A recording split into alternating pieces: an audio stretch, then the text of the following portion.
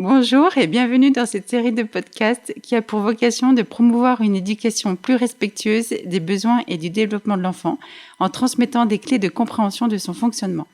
Je suis Magali Delarche, consultante en éducation et formatrice dans le domaine de la petite enfance. Au cours de mes années passées en tant que professionnelle petite enfance, je m'émerveillais quotidiennement des capacités innées du tout petit. Je me suis alors aperçue que nous, adultes, méconnaissions le monde de l'enfance et que de ce fait, les relations adulte-enfant pourraient être plus harmonieuses, plus apaisées dans nombre de situations. Les recherches en neurosciences affectives et sociales m'ont confirmé cet éclairage et ont été dès lors l'une des bases de ma pédagogie. Ce nouveau podcast va traiter de la théorie de l'attachement, ou plus précisément du lien d'attachement. De quoi parlons-nous ? Abordée entre autres en 1958 par John Bowlby, psychiatre et psychanalyste, cette théorie apporte une compréhension sur la façon dont l'être humain entre en relation et interagit avec son environnement. Très souvent résumée à la relation parent-enfant, notamment mère-enfant, elle concerne néanmoins bien tous les types de relations et est active tout au long de la vie, c'est-à-dire du berceau à la tombe pour reprendre les propos de Bowlby.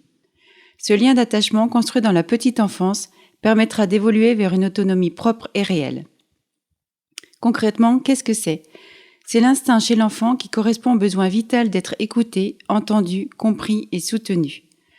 Étant des êtres fondamentalement sociaux, pour se construire, le tout petit a ce besoin vital de tisser des liens d'attachement avec une personne capable d'en prendre soin, de le protéger, le sécuriser, le réconforter s'il se trouve dans une situation de détresse, de danger ou de stress. Ces liens vont définir la sécurité affective de l'enfant à travers la relation durable, à condition que les réponses données par l'adulte soient cohérentes, prévisibles et stables. Autrement dit, l'idée clé est celle-ci. Si chaque fois que l'enfant a été en détresse et que les personnes qui l'élèvent ou le prennent en charge dans le cadre d'un accueil en crèche ou chez un assistant maternel ont répondu de manière adéquate, c'est-à-dire rapidement et avec la volonté d'apporter réconfort et consolation à ses besoins d'attachement, l'enfant développe deux images mentales. Une image de l'autre comme étant digne de confiance, disponible, sur lequel on peut compter pour être aidé et trouver des solutions, et une image de soi complémentaire, un soi digne d'intérêt, d'amour et ayant de la valeur, puisque même en situation d'alarme, l'adulte a toujours répondu à l'enfant qui s'est senti reconnu en tant que tel. Parallèlement, il développe un sentiment d'efficacité personnelle, puisque tous ces signaux ont reçu une réponse adaptée de l'environnement. C'est la relation de qualité répétée qui aide l'enfant à construire son attachement. L'une des fonctions principales de l'attachement est de se sentir en sécurité afin de partir à la découverte de l'environnement. Dans cette perspective, l'attachement, loin d'interférer avec l'exploration, la stimule tout en protégeant l'enfant des dangers potentiels. L'attachement ne rend donc pas dépendant. Les interactions liées à l'attachement sont organisées autour du fait de s'attendre à recevoir protection, réconfort, encouragement et soutien de la personne de référence en période de besoin. Ce point est essentiel car il permettra ultérieurement à l'enfant de restaurer son équilibre émotionnel et d'adopter un comportement efficace dans un environnement social plus large. Satisfaire au mieux le besoin d'attachement chez l'enfant le rend plus confiant dans son exploration au monde, ses rapports émotionnels et ses interactions sociales. Il va ainsi pouvoir satisfaire sa curiosité naturelle, aller à la découverte de son environnement et des autres, et développer ses compétences, bref, créer des expériences de liens sécurisants. L'attachement se construit par la proximité du bébé et du parent, ou autre figure de référence, à travers des regards, des sourires, des paroles douces, des câlins et autres contacts physiques. Ces interactions représentent l'une des composantes du développement de la base de l'estime de soi du bébé.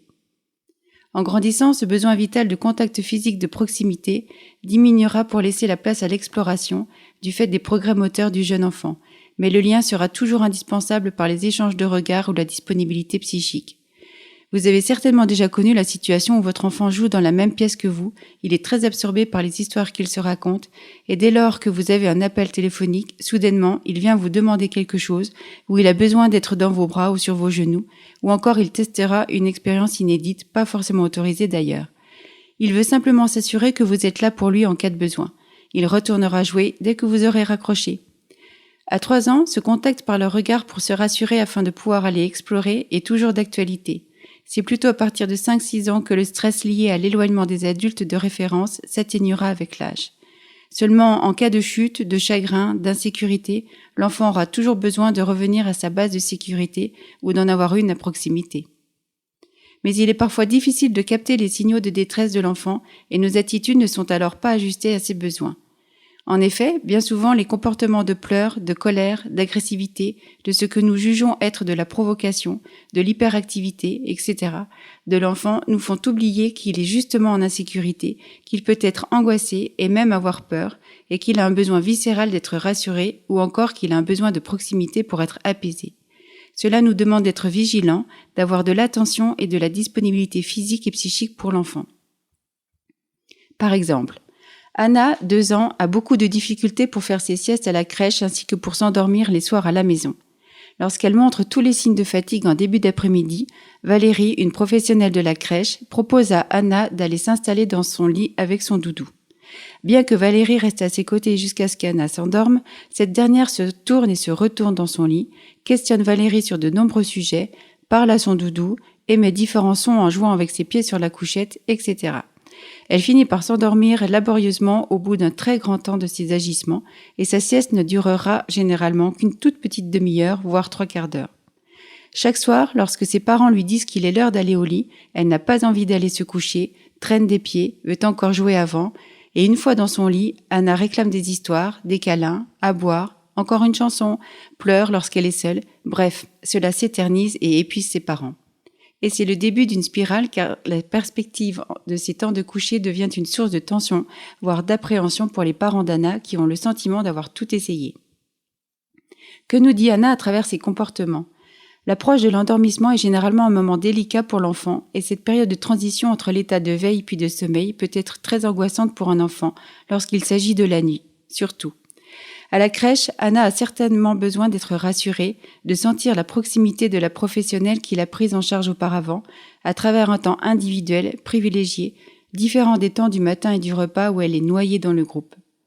Les soirs, à la maison, elle recherche surtout la proximité et la disponibilité de ses parents qu'elle n'a pas vus pendant de longues heures. Au cours de sa journée, elle a probablement vécu de multiples situations qui l'ont bousculée, frustrée, contrariée, fatiguée, inquiétée, rendue triste, ou qu'elle n'a pas compris. En résumé, elle a été secouée par de nombreuses émotions, lesquelles n'ont pas forcément toutes été énoncées, entendues ou comprises par l'adulte. Anna a donc besoin de se ressourcer, de retrouver des liens d'intimité avec ses parents, des moments de qualité, d'échanges privilégiés, de présence réelle et attentive. Prendre le temps dans la soirée de partager un jeu, une activité, des câlins est essentiel pour remplir le réservoir de l'enfant, et du parent aussi. Par ailleurs, les rituels de coucher sont importants pour répondre aux besoins de cohérence et de prévisibilité. Instaurée par ses parents, Anna saura par exemple qu'après une histoire et un câlin, ses parents quitteront la chambre et qu'elle pourra s'endormir. Si Anna pleure lorsqu'elle se retrouve seule dans sa chambre, il sera essentiel que ses parents retournent près d'elle et qu'ils restent jusqu'au moment où elle s'endormira parce que cela témoigne d'une peur véritable, du noir, de dormir, des cauchemars, qui devra être entendue. Dans ce cas, il existe plusieurs pistes pour satisfaire son besoin de sécurité affective. Être assis à côté du lit ou poser une main sur celle d'Anna, chanter des berceuses. Bref, le parent pourra se faire confiance dans ses ressentis et dans la connaissance qu'il a de sa fille. Pour conclure, plus les interactions adultes de référence enfant seront harmonieuses et sécurisantes, plus l'estime de l'enfant sera bonne et lui permettra ensuite de faire face aux événements de la vie de manière plus stable et solide. Plus tard, cet enfant devenu adulte aura confiance en lui, montrera une curiosité intellectuelle et relationnelle et n'aura pas de crainte face à l'inconnu ou la nouveauté. L'enjeu est réel et notre responsabilité est de taille. Même si une reprogrammation est possible à tout moment de la vie, cela demande beaucoup plus de travail a posteriori, alors qu'il est sans aucun doute plus facile et plus efficace de prévenir les troubles liés au développement de l'être humain. Parce que c'est l'enfance qui construit l'être humain, pensons autrement pour faire autrement et créons ensemble une société de demain bienveillante, plus respectueuse de soi, des autres et de la nature. Si ce sujet a éveillé votre curiosité et que vous souhaitez en savoir plus, ou s'il a résonné en vous par rapport à une situation ou une éventuelle problématique, contactez-moi à l'adresse mail suivante contact@magalidelarche tout attaché sans e à magali.fr. Je serai ravie de vous apporter mon aide et de répondre à vos questions. En attendant, n'hésitez pas à partager et à me laisser vos commentaires. À très bientôt pour un nouvel épisode.